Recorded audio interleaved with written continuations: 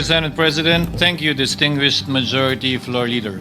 I rise to make a brief manifestation in response to the events of recent days. Ginoong Pangulo, meron po tayong kasabihan sa wikang Pilipino. Kapag nagturo ka ng daliri sa iba, may tatlong daliri na nakaturo palagi pabalik sa iyo. Sa mga nakaraang linggo, malinaw na nililihis ang galit ng taong bayan tungkol sa mga ghost at substandard flood control projects mula sa mga totoong may kasalanan patungo sa Senado at sa ilang mga miyembro nito. Tila pilit na ginagawang panakipbutas, ika nga at fall guy, at diversyon ang mga senador palayo sa Kamara at sa mga tunay na may sala. Klarong-klaro po ang script nito. Ipitin ang tatlong dating DPWH officials, pakantayin sa kanila, mema banggit lang na senador, habang pinagtatakpan ang mga congressman na tunay nakasabwat nila sa mga lugar na ginagalawan nila. Simple ang patunay dito. Kapanipaniwala ba na wala silang kinausap na kahit isang congressman nakaupo na totoong may hawak ng mga distrito sa lugar na ginalawan nila sa hinaba-haba ng testimonya nila dito o sa Kamara? Banggit sila ng banggit. Name drop sila ng name drop ng pangalan ng senador. Maski na klaro naman kung inyong papakinggan na wala silang masabing direktang nakausap o binigyan ng anuman. Lahat ito para lamang ipako ang mga senador sa media at sa publiko at ilayo ang atensyon sa Kamara at mga congressman. Bakit nga ba? Dahil tila mas malaking isda, ika nga, mas mataas, mas kilala ang mga senador kumpara sa congressman? Umaasa sila na maiibsan ang galit ng tao sa kanila sa kanilang mga anomalya ukol sa flood control at tuluyan na silang makakatakas mula sa anumang pananagutan. Isang tao lamang, Ginoong Pangulo, ang nasa likod ng script at sarswelang ito. Siya ang dahilan ng kaguluhan, pagkakaaway-away, pagkakawatak-watak na ngayon yumayanig sa ating bayan, maprotektahan lamang ang sarili niya. Ang pangalan niya ay matagal nang bulong-bulungan sa bawat sulok ng bansa, pero ngayon, unti-unti nang sinisigaw ng taong bayan.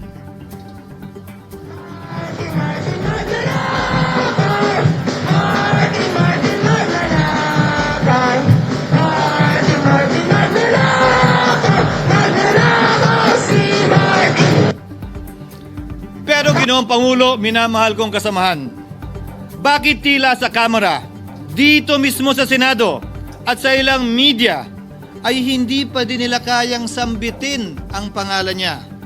Pues, sasabihin ko, Martin Romualdez. Minsan ang binanggit ng mga diskaya ito mismo dito sa Senado ang kanyang pangalan, pero agad itong pinabawi nung humarap sila sa Kamara. Binanggit ni Master Sergeant Gutesa ang kanyang pangalan, pero ultimo notaryo, natunto nila at pinabawi nila ang pagnotaryo. Buti na lang, huli na't nasabi na niya ang pangalan ni Martin Romualdez na pinanumpan dito mismo sa ating Blue Ribbon Committee. Hindi ba't si Ginoong Gutesa hindi ba't si Sergeant Gutesa lamang ang bukod tanging testigo na walang kinalaman, hindi sangkot sa flood control issue, walang hininging immunity, deal o proteksyon kapalit ng kanyang pagtestigo? Siya ang kauna-unahang nagtestigo na personal na naghatid ng pera sa bahay mismo ni Martin Romualdez.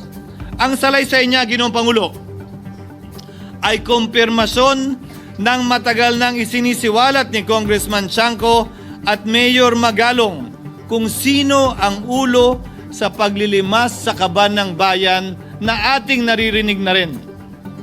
13,803,693 with Congressman Saldico as proponent For the record, ang binabanggit po nating Representative Elizalde, siya po yung chairman ng House Appropriations Committee. Walang kaduda-duda yan. Ito nga, hirap na hirap silang banggitin pa yung isa sa mga mastermind nila dyan, si Saldico, hirap na hirap pa silang banggitin. May isa pang mas mataas sa kanya? Hindi naman gagalaw yun kung walang... Siyempre, hindi naman gagalaw yun kung walang pahintulot yung mas mataas sa kanya. She's the House Speaker. Ginoong Pangulo, pahintulutan niyo po ako magkwento ng konti upang patotohanan ang mga salitang ito. Taong 2023 nung tinalaga si Ginoong Kiko Laurel bilang kalihim ng kagawaran ng agrikultura. Bilang suporta sa kanyang mandato, tinanong ko noon ang isang simpleng katanungan sa budget process natin. Bakit mas malaki ang pondo ng flood control kesa sa agrikultura? Why is it that the budget for flood control is bigger than the budget of the Department of Agriculture or the agriculture sector as a whole? The fifth biggest allocation, not even a department, is flood control. And allocating a measly 31 billion for irrigation, for rice. Why? Pagkatapos po noon, tinulungan ko siyang bawasan ang flood control budget at idagdag sa 2024 budget ng Department of Agriculture. Aniya, tumawag daw sa kanya si Congressman Zaldico dahil pinapatanong daw ni Speaker Romualdez, bakit binawasan ang pondo ng flood control? Ngunit wala nang nagawa si Congressman ko dahil sinabi niyang pasayan ng Pangulo. Nung termino ko rin po bilang Pangulo ng Senado, maraming beses po akong tinanong ni Pangulong Bongbong Marcos tungkol sa panukalang budget para sa 2025. Sinabi ko po sa kanya ang buo at tapat na katotohanan para malaman po niya ang tunay na larawan at sitwasyon ng pambansang budget para sa taong yon. Ito marahil, Ginoong Pangulo, minamahal kong kasamahan, ang isa sa mga dahilan kung bakit pinag-utos ng Pangulo ang pag-veto at pag-for late release sa FLR at pag-hold ng malaking bahagi ng budget nila. Marahil, isa rin ito sa mga dahilan kung bakit ninais ng Pangulo na matanggal si Congressman Zaldico bilang chairman ng House Committee on Appropriations dahil sa mga inilahad ko at marahil na-discover din ng Pangulo kaugnay sa 2025 budget. Hindi malayo, Ginoong Pangulo, na naganap din ang mga ito noong 2023, 2024 at mga nauna pang budget kung saan napakaraming ghost at substandard projects ayon kay Secretary Vince Dizon at ayon mismo sa talumpati ng ating kasamahan na si Senator Ping Lacson. Ngunit marahil ay walang naglakas loob na sabihin ang katotohanan kay Pangulong Marcos o magsumbong sa kanya kaugnay sa ilang mga bagay na ito bago ako. Nais ko din pong kumpirmahin ang sinabi ni Congressman Toby Chanco na ang pag-file ng impeachment complaint laban kay Vice President Sara Duterte ginamit na paraan ni Speaker Romualdez para mag-release ng pondo nila na naka-FLR or for late release bago mag-eleksyon. Maski na alam po niya na hindi po ito kayang talakayin ng Senado hanggang sa Hunyo pa mula nung simula. Ulitin ko, ginamit ni Martin Romualdez ang FLR at ang pangalan ng Pangulong Marcos upang itulak ang kanilang unconstitutional na impeachment complaint. Sabi nila, pumirma kayo dahil kung hindi lalabas ang pondo nyo na naka-FLR bago mag-eleksyon. Subalit, Ginoong Pangulo, hindi ito umubra. Hindi ito umubra dahil tinanggihan ito ni PBBM. Sinabi niyang walang ganyang uri ng usapan at sinabi niyang hindi niya gagawin yon. Kaya't hanggang ngayon, nananatili pa rin for late release ang mga questionableng pondo nila. And that is why, Mr. President, distinguished colleagues, at the height of the impeachment controversy and amidst the passion of some sectors to remove the Vice President at all costs, I urged prudence and level-headedness because I knew that greed and not accountability was the reason behind it. In the end, Mr. President, the Supreme Court vindicated us. The Supreme Court vindicated us by saying, among others, quote, There is a right way to do the right thing at the right time. This is what the rule of just law means. Close quotations. Ginoong Pangulo, sinisi po sa akin ni Speaker Romualdez ang pagkakatanggal kay Congressman Zaldico. Sinisi po niya sa akin ang pag-FLR or for late release ng kanilang mga proyekto. Sinisi po niya sa akin ang pagkakadismiss ng impeachment complaint laban kay VP Sara na nakikita niyang makakatunggali niya sa susunod na halalan. Sinisi din niya po sa akin ang pagkakasira ng kanilang maitim na balakin sa 2025 budget na nagawa nila ng walang balakid na mga nagdaang taon. Ginoong Pangulo, naging tapat ako at ginawa ko lamang ang aking tungkulin. Kung ano ang tingin kong tama at nararapat para sa bansa at sa sambayanan. Subalit, sa kabila po nito, nagsimula na ang lahat ng bira, paninira at kaso laban sa akin at sa Senado. At ang nasa likod ng lahat ng ito, walang iba kung hindi si Martin Romualdez. Ika nga ni Mayor Magalong na ngayon lamang nakita ko sinisiraan na rin ngayon. Bakit ko ba nilabanan at binisto sila Speaker Romualdez mula noon hanggang ngayon kung kasabwat at kasapakat lang din nila ako? Hindi ko po gagawin yun. Ang pinasangkig ng tennis court ang nasabing gusali sinimulang pinatayo noong ika-6 ng Oktubre taong 2022 at ang kontraktor ang St. Gerard Construction na pagmamayari ng mga diskaya na nasangkot ngayon sa mga maanumalyang flood control projects. Dahil dito, kwenestyon ng ilan ang pagiging special advisor ni Mayor Benjamin Magalong sa ICI. Lalabanan ko ba yung anlalakas na yan, sila Speaker? Lalabanan ko ba yung mga mayayaman na yan? Kung ako'y bulok, I fought for what is right. Kabut Ano nga ba ang ginawa nila sa akin? Una, hinalungkat ang isyu ng campaign contribution na tinanggap ko mula sa isang individual na may-ari ng kumpanyang nakakuha ng kontrata sa gobyerno. Inipit niya ang budget ng COMELEC sa Kamara dahil dito at binusisi ang di umano kaso kong ito. Subalit, Ginoong Pangulo, tulad ng sinabi ko sa simula ng aking talumpati, kapag ka nagturo ka ng daliri kanino man, may 3 daliring nakaturo pabalik palagi sa iyo. Anong nangyari? Hindi ba't biglang may lumabas na ulat ng PCIJ na ang dami naman palang opisyal, hindi lang senador, mas mataas pa ang tumanggap din ng ganung uri ng kontribusyon noong 2022 elections? Ang tanong ko ay simple. Kung legal at walang mali sa ginawa nila, edi dapat legal din at tama ang ginawa ko. Pero bakit ako lang ang iniimbestigahan tungkol dito? Higit pa doon, Ginoong Pangulo, hindi ba ayon kay Mayor Magalong merong 67 na miyembro ng Kamara na kontraktor? Ito po ay mga miyembro ng Kamara na may construction firm na nakakuha ng kontrata sa gobyerno.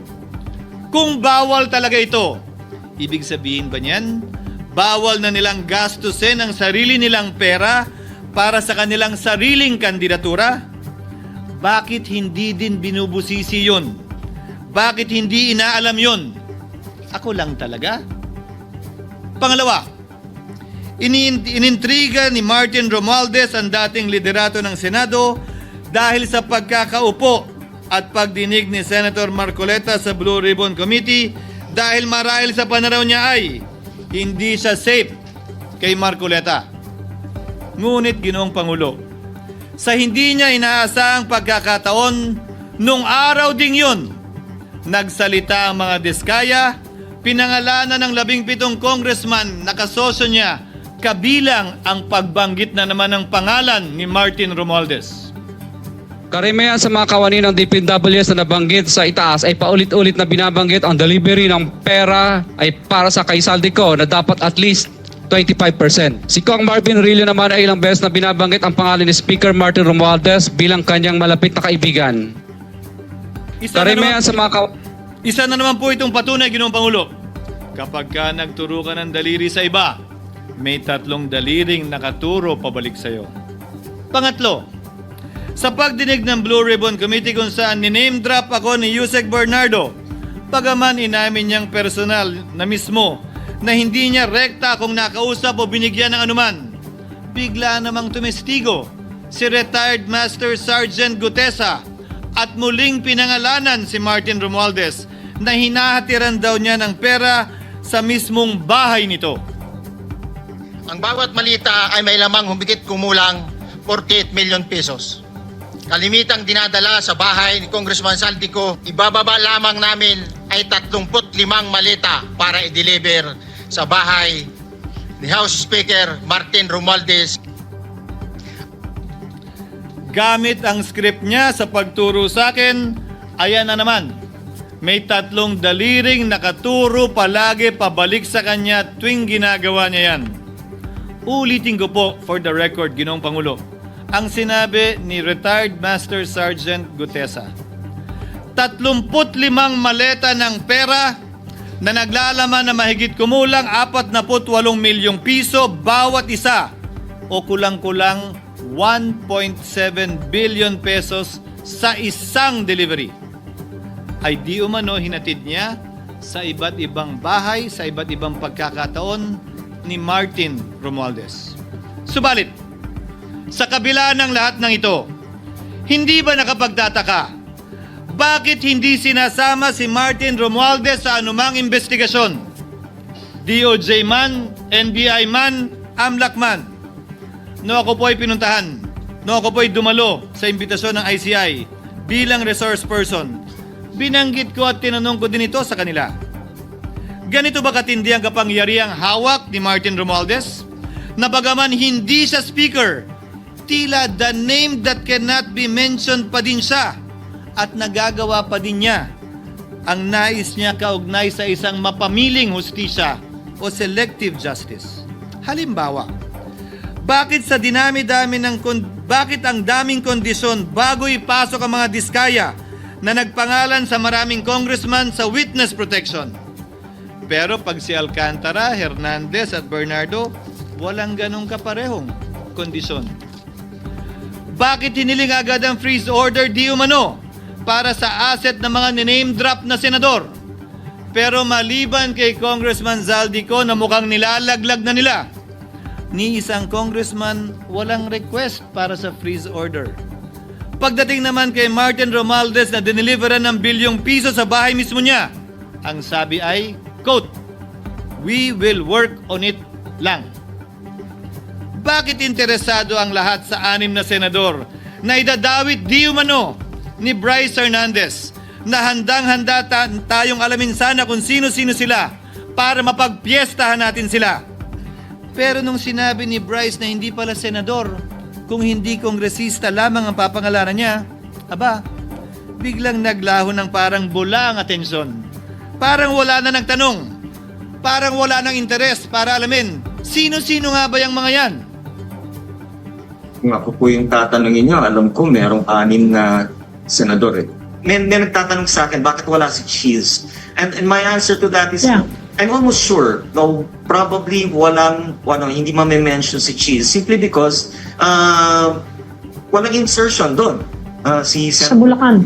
Escudero, wala doon. Hindi po senador yung laman nung computer ko. So fake news yun, ha? May 6 na senador na nunumbrahan mo daw. Mga congressman yung nasa computer mo. Yes, yung nasa computer ko po, congressman po. Okay, thank you.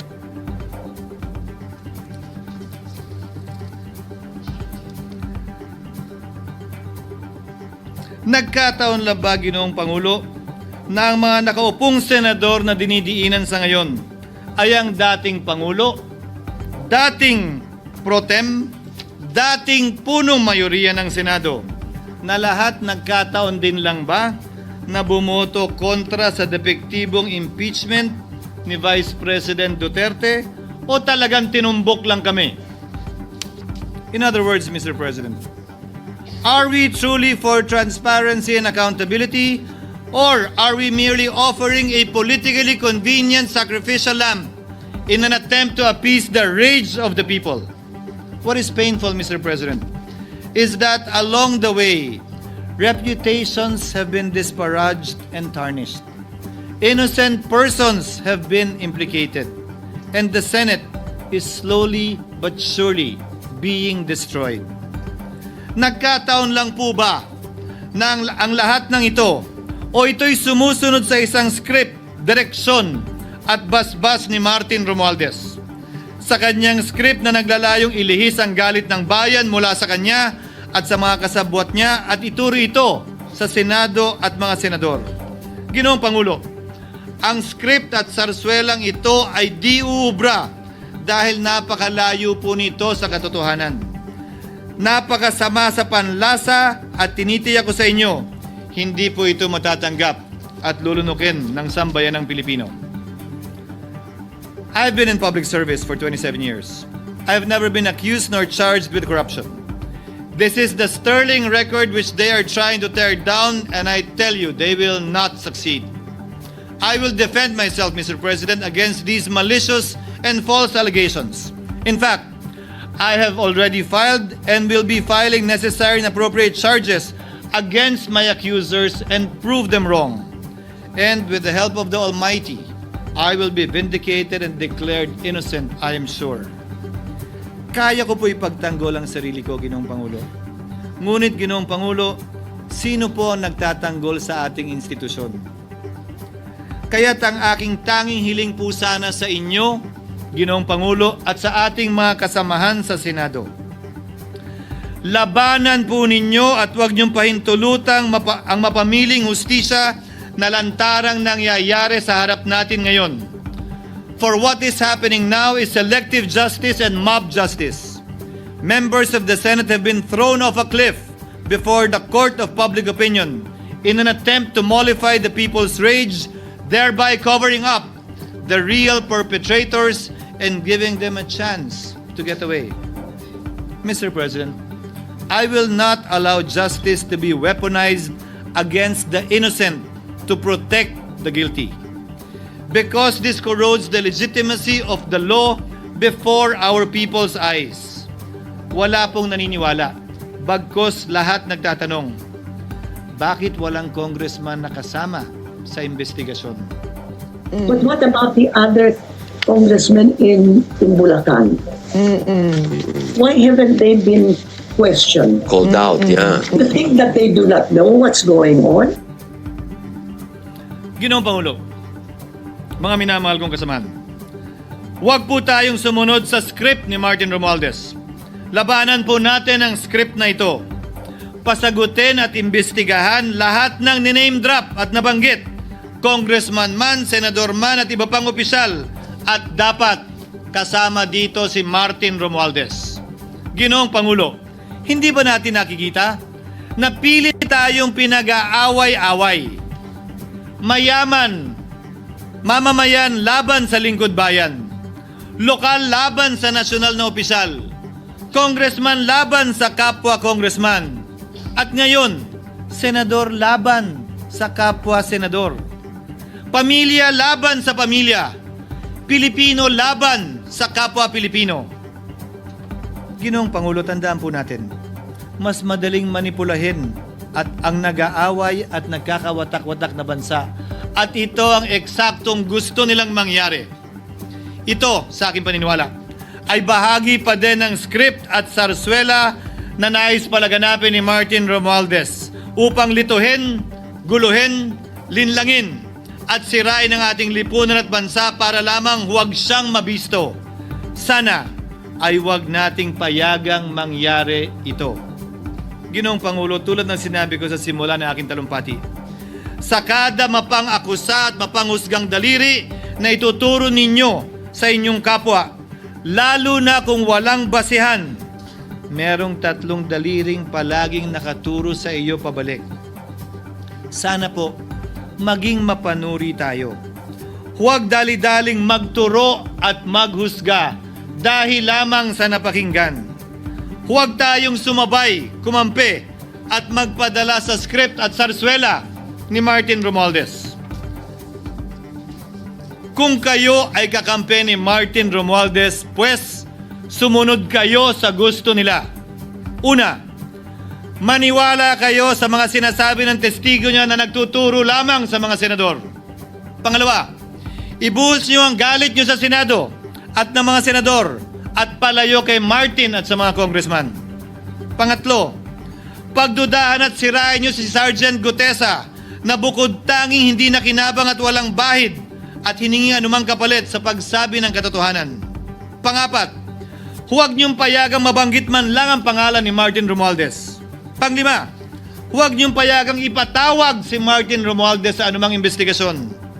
Pang-anim, huwag niyong payagang imbestigahan si Martin Romualdez at mga kasamahan niya saan mang lugar. Ako, Ginoong Pangulo, hindi ako kakampi ni Martin Romualdez. Kaya lalabanan ko siya at lahat ng panglilinlang niya. Una, papatunayan kong hindi totoo ang mga panggigipit at paninira ng mga testigo niya laban sa akin at mga senador. Pangalawa, tututulan ko ang paglilihis at diversyon na ginagawa niya palayo sa kanya at sa Kamara. Pangatlo, hindi ko papayagang sirain ang mga senador pag away-awayin tayo at sirain ang institusyon ng Senado. Pangapat, pinaniniwalaan ko at saludo ako kay Sergeant Gutesa at iba pang katulad niya sa paglabas ng katotohanan. Panglima, hindi ako matatakot banggitin ng paulit-ulit ang kanyang pangalan, Martin Romualdez.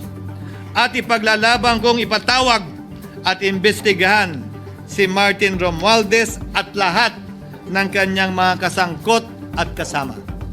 Ginoong Pangulo, mga minamahal kong kababayan, kung nais niyong lumitaw ang katotohanan, kung nais niyong panagutin ang tunay na salarin, kung nais po niyong makulong ang tunay na may kasalanan, huwag ninyong kampihan si Martin Romualdez. Punitin natin ang script ni Martin Romualdez. At higit sa lahat, huwag magpadala, huwag sabayan, huwag maniwala sa sarswela na nilalako ni Martin Romualdez. Maraming salamat po, Ginoong Pangulo, at magandang hapon po sa ating lahat. Thank you.